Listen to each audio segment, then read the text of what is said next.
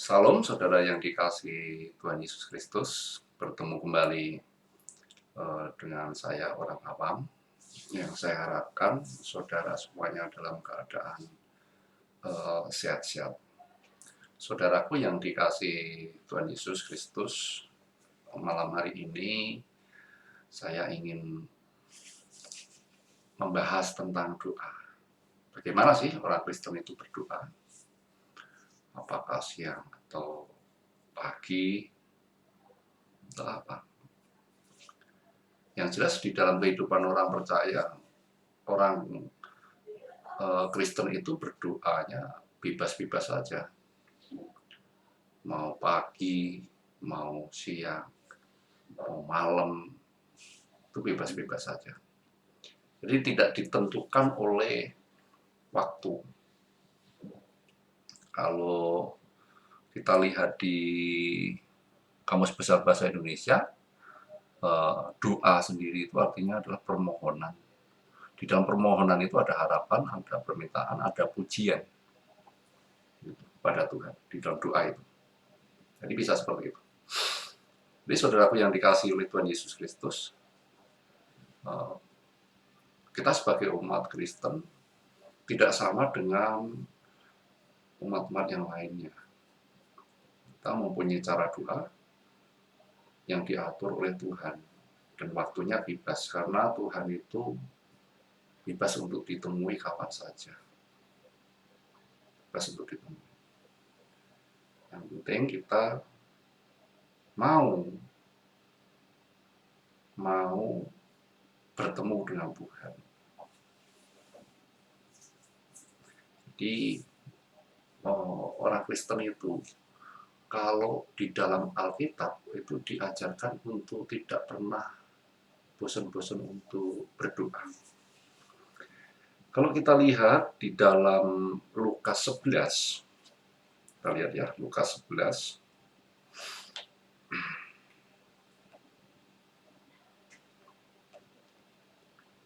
Lukas 11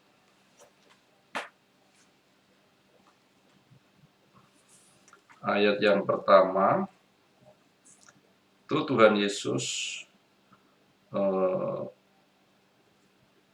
ditanya oleh murid-muridnya,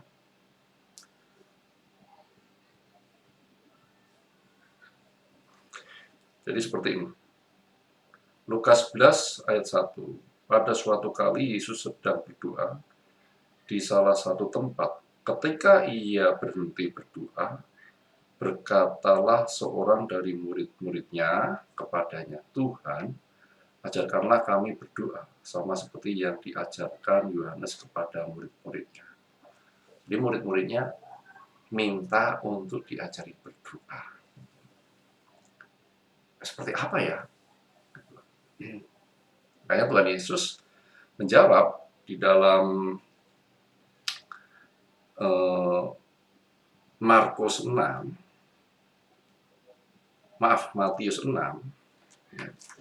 Matius 6, Tuhan Yesus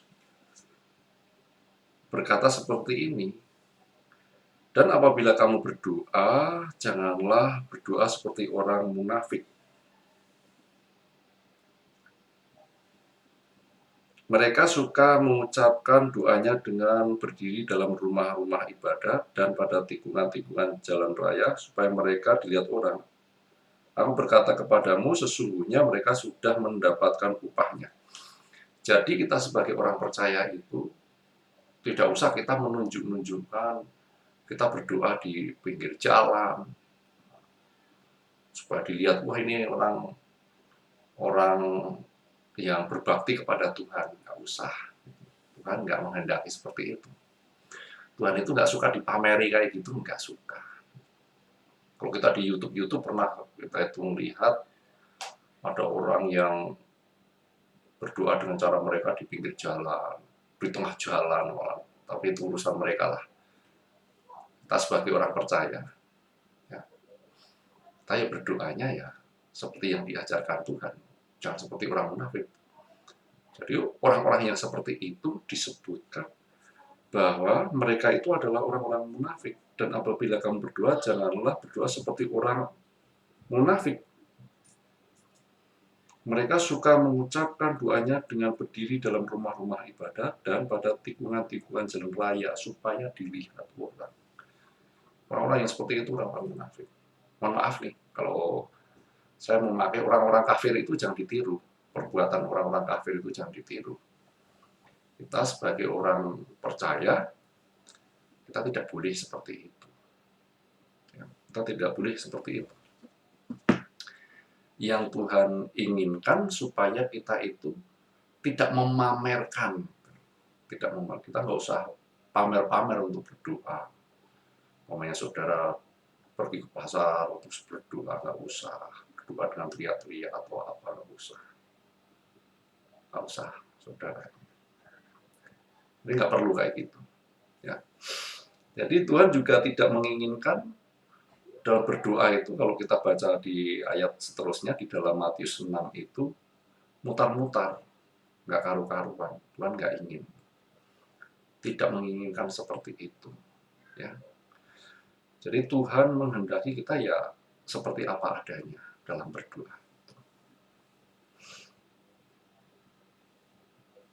Karena apa? Kenapa kalau Tuhan mengajarkan seperti itu? Ya, karena Tuhan menginginkan hubungan doa itu adalah hubungan antara kita dengan Tuhan semata-mata. Jadi urusannya kita dengan Tuhan berdoa. Makanya tidak usah dipamer-pamerkan. Nggak usah dipamer-pamerkan kalau saya ini orang rohani. Nggak usah. Tapi Tuhan tahu.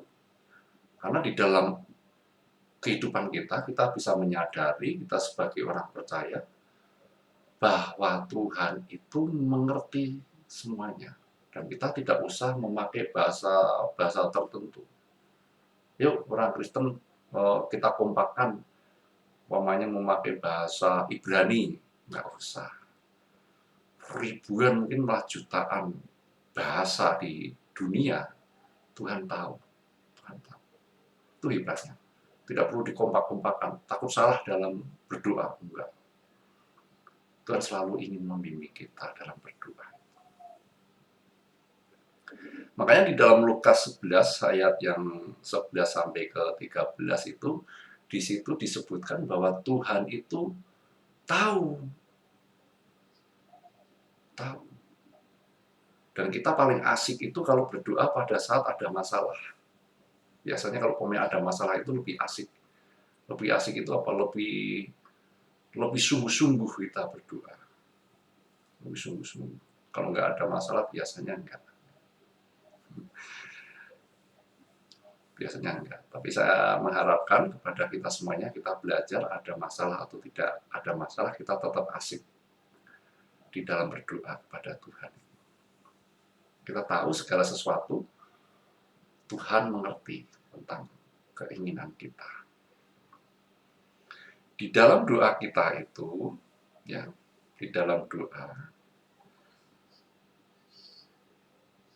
Tuhan menginginkan supaya kita itu senantiasa berdoa kepada Tuhan. Jadi tidak jemu-jemu, nggak boleh jemu-jemu.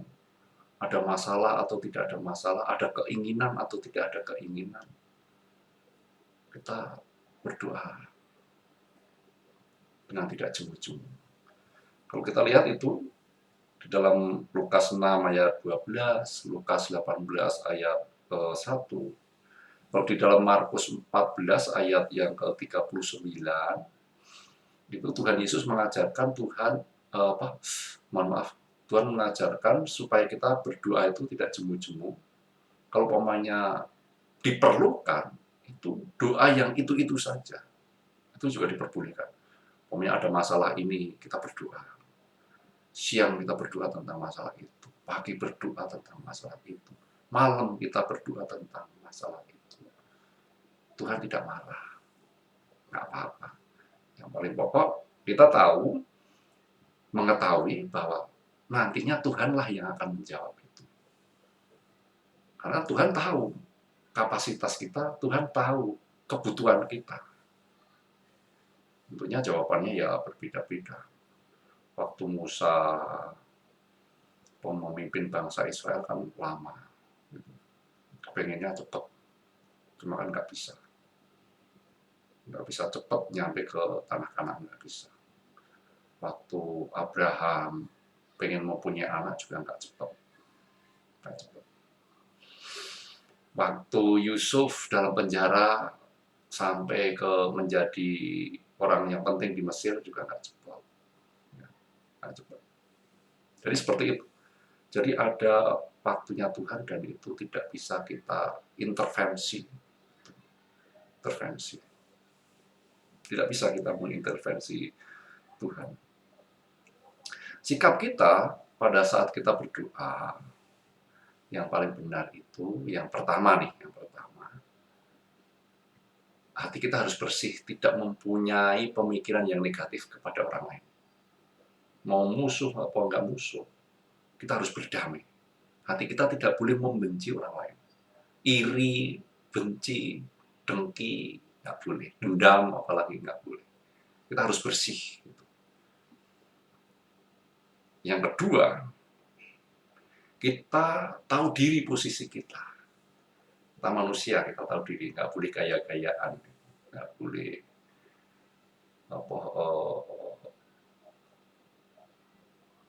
yang kurang ajar. Kita harus tahu diri bahwa kita itu adalah ciptaan Tuhan.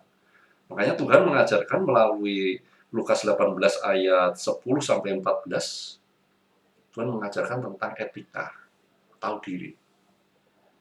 Tahu diri bahwa kita ini adalah ciptaan Tuhan. Kalau masih anak-anak muda, ya saya maklum lah. Namanya anak-anak muda menganggap Tuhan itu kan sahabat, karena memang Tuhan itu adalah sahabat kita. Jadi bisa seperti akrabnya kayak apa gitu. Bahkan mungkin dianggapnya bukan seperti Tuhan gitu. Tapi kalau kita semakin dewasa di dalam Tuhan, semakin kedewasaan rohani kita itu semakin baik, tentunya kita tahu diri. Walaupun itu teman kita kasarannya, tapi dia adalah Tuhan kita yang menciptakan kita. Kita harus tahu etika ini. Tahu etika. Yang ketiga, bahwa keputusan untuk menjawab setiap doa terletak pada diri Allah sendiri. Itulah saudaraku yang dikasihi oleh Tuhan Yesus Kristus tentang doa sebagai orang percaya. Dan perlu saya ulangi kembali ini, kita sebagai umat percaya itu yang pertama di dalam berdoa itu tidak perlu memakai bahasa tertentu atau kita mengumpulkan seluruh dunia pakai bahasa Ibrani, enggak, karena Tuhan Maha tahu. Kedua, kita tidak perlu pamer dalam berdoa itu, nggak usah, karena Tuhan tidak suka dipamer-pamerkan kayak gitu. Nah, ya.